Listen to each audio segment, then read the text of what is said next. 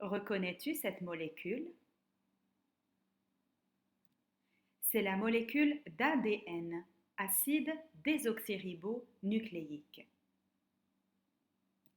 L'ADN est porteuse de l'information génétique. En effet, elle constitue les chromosomes. Comme la structure de la molécule d'ADN est bien conservée chez toutes les espèces vivantes, on dit que l'ADN est une molécule universelle. Mais regardons de plus près. De quoi est formée cette molécule? L'ADN est une double hélice formée de deux brins parallèles reliés entre eux et repliés. Chaque brin est lui-même formé de petites structures appelées nucléotides.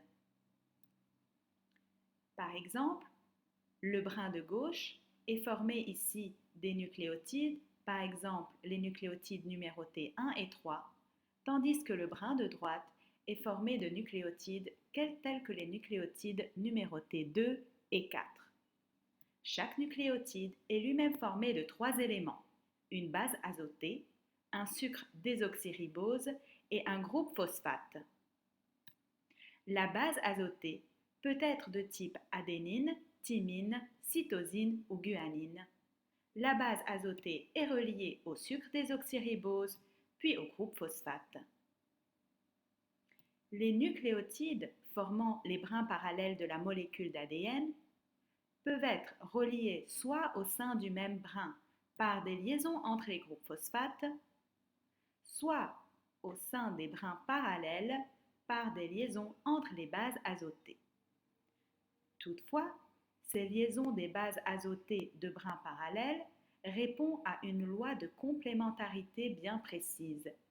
Les bases adénine et thymine ne pouvant que se lier entre elles, et les bases azotées cytosine et guanine elles-mêmes aussi ne pouvant que se lier entre elles.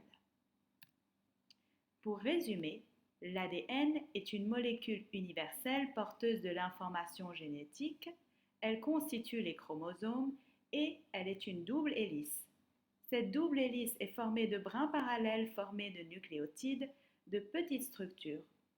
Ces nucléotides contiennent eux-mêmes chacun une base azotée, un sucre désoxyribose et un groupe phosphate.